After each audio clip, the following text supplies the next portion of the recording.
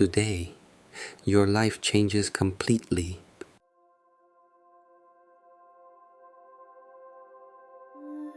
What is the most fundamental question of our existence? Many believe the purpose of life lies in achieving what we desire. People often seek answers in accomplishments and possessions, more things, better things, extraordinary things, to find satisfaction. Of course, achieving our desires can bring joy and make life seem richer on the surface, but these are merely secondary victories, not the true essence of life's purpose. In fact, the purpose that runs through the lives of countless individuals is something far more universal and timeless. Jesus taught us to be in the world, but not of it. Muhammad advised living like a traveler passing through this world. The Buddha urged us to let go of attachments. Despite their different words, their message is strikingly similar. Release the obsession with controlling the external world and awaken to the fullness of the present moment. The real message isn't to possess everything, to see through the illusion of desire and recognize the perfection of now. Can we remain whole even when our desires go unfulfilled? Can we trust the flow of life when it moves against our will? Can we embrace life itself without anxiety, resistance, or impatience? This is the true measure of spiritual maturity and the essential challenge life presents us. Why then does the universe seem to withhold what we want the more we cling to it? The reason is clear. The universe isn't interested in satisfying our desires, but in dissolving the roots of those desires. As long as we hold on to attachment, we can never reach true freedom. So, the universe doesn't allow the objects of our obsession to come easily until we fully let go. Every event in our lives, every struggle, every unfulfilled wish, is a lesson designed to help us recognize and release our attachments and sense of lack. It may sound strange, but most people only let go of attachment when they feel they've lost everything. When all paths seem blocked, when there's nothing left to do, we finally say, "It's okay," and release the heavy burden in our hearts. In that moment of surrender, we stop clinging to outcomes. Whether what we want comes or not, it no longer matters.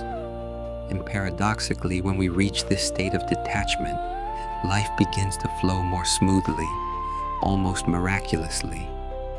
This is why the universe's lessons are so challenging. The things we grasp at slip further away, but when we let go, they often come to us effortlessly. When we stop striving, everything naturally falls into place. The true purpose of life isn't to have everything, but to know the freedom of being okay without anything. This principle shines clearly in what we often call manifestation. Think of something simple, like a hammer. If you casually picture it in your mind, without any intense desire, you might find it appearing in your life within days. Why? Because you don't care whether the hammer shows up or not. There's no attachment. From the universe's perspective, there's no lesson for you to learn through this trivial matter, so it flows into your life without resistance. But when it comes to bigger goals, say a dream job, a meaningful relationship, or success, the story changes. The more desperately we want something, the more we cling, and that attachment blocks the flow of energy.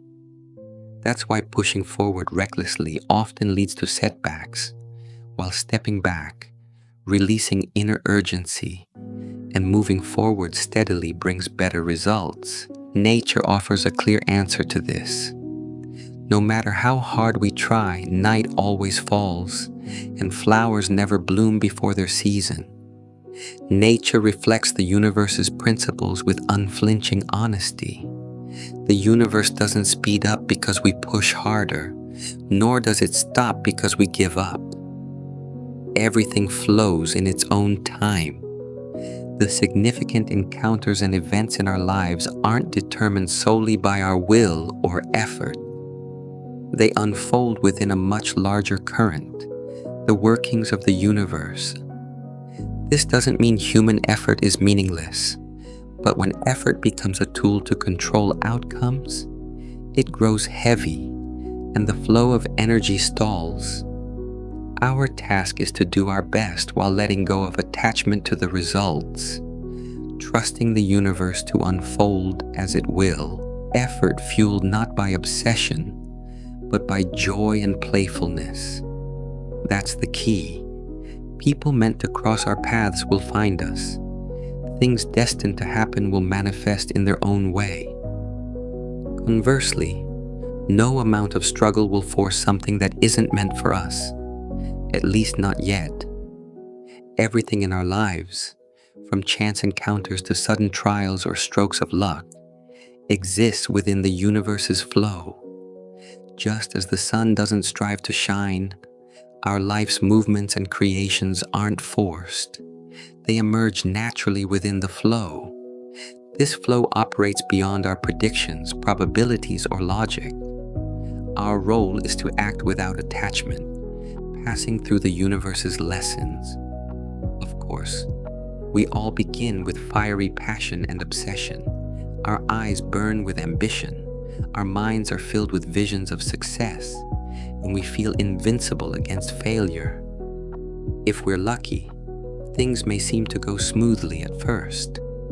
Our efforts yield results, and it feels like the universe is answering our call. But as time passes, we notice the achievements we clung to slipping through our fingers like water. The same methods no longer produce the same results. At this point, many fall into frustration, anger, or blame, pointing fingers at others or circumstances, grasping at the world with even greater desire. But those who pause for deeper reflection arrive at a profound realization. What I achieved wasn't truly mine to claim. I thought I could control everything, but I was wrong. Life doesn't bend to my will alone. This realization comes with pain. The old self, built on the illusion of control, crumbles. We stand humbly before the truth that we cannot dominate the world. And in this moment, we begin to understand the concept of fate and timing. Everything has its season, its connection, and it moves not according to our desires, but within the greater harmony of the universe. Some things refuse to manifest no matter how hard we try, while others arrive unexpectedly. Through this insight, we recalibrate our approach to life. Where we once chased results, we now live for the process itself. Where we once made lists to conquer the world, we now listen to its flow, surrendering ourselves moment by moment. Those who reach great heights in any field often embody this humility. They may have started with arrogance, but through the universe's bitter lessons, they learned that their achievements weren't theirs alone. When successful people say, "I got lucky," or "the timing was right," it's not just polite humility. They know it's the truth. Only those who've passed the universe's toughest lessons understand this. Letting go of attachment and living free from fixation on outcomes, this is the highest spiritual state.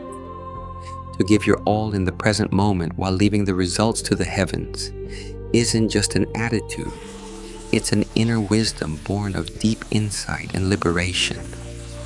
If you fear a goal won't come to fruition, it means you're still tying your worth to it. If you believe your value depends on achieving that goal, that desire, as the Buddha said, becomes the seed of suffering. True freedom blossoms in the heart that says, it's okay whether it happens or not. Life's purpose isn't to fulfill personal desires, but to realize their fleeting nature.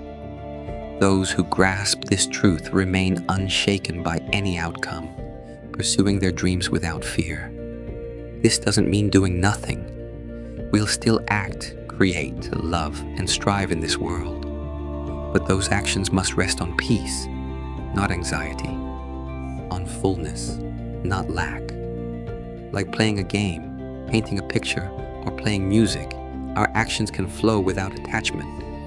Just as a seed doesn't struggle to become a flower but opens to sunlight and rain, blooming in its own time, our lives too unfold naturally along their unique rhythms and connections, without force. A wounded heart cannot receive love, opportunities, or miracles. So, open your heart and see this moment as it is. In that instant, you become truly free. And paradoxically, in that freedom, everything you've ever wanted begins to flow to you effortlessly.